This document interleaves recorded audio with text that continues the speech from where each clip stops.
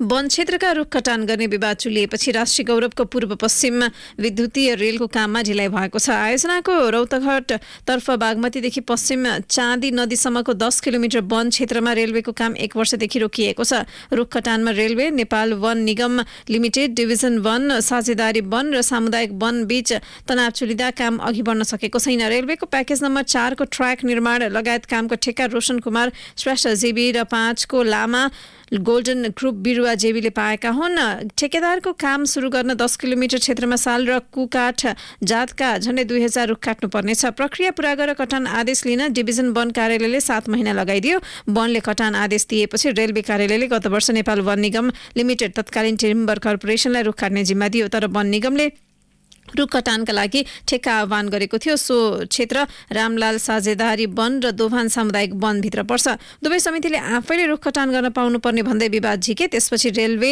वन निगमसितको सम्झौता रद्द गर्यो र रुख कटानको काम सामुदायिक र साझेदारी वनलाई सुम्पियो। दोभानले आफ्नो क्षेत्रका सबै रुख काटिसकेको छ। उसले रुखको जरा उखेल्न मात्र बाँकी रहेको रेलवे कार्यालयले जनाएको छ। तर रामलाल साझेदारीले करिब 800 रुख कटान वन प्रवेशको आदेश पाएको छैन। वन प्रवेशको आदेशकै कारण अझै रुख कटान हुन नसकेको रेल आयोजना कार्यालयका प्रमुख डी सन्तोष कर्णले बताउनुभयो। रेलवेले असार मसान्तसम्म सक्नुपर्ने गरी आयोजनाको कामको म्याद थपिएको कर्णको भनाइ छ।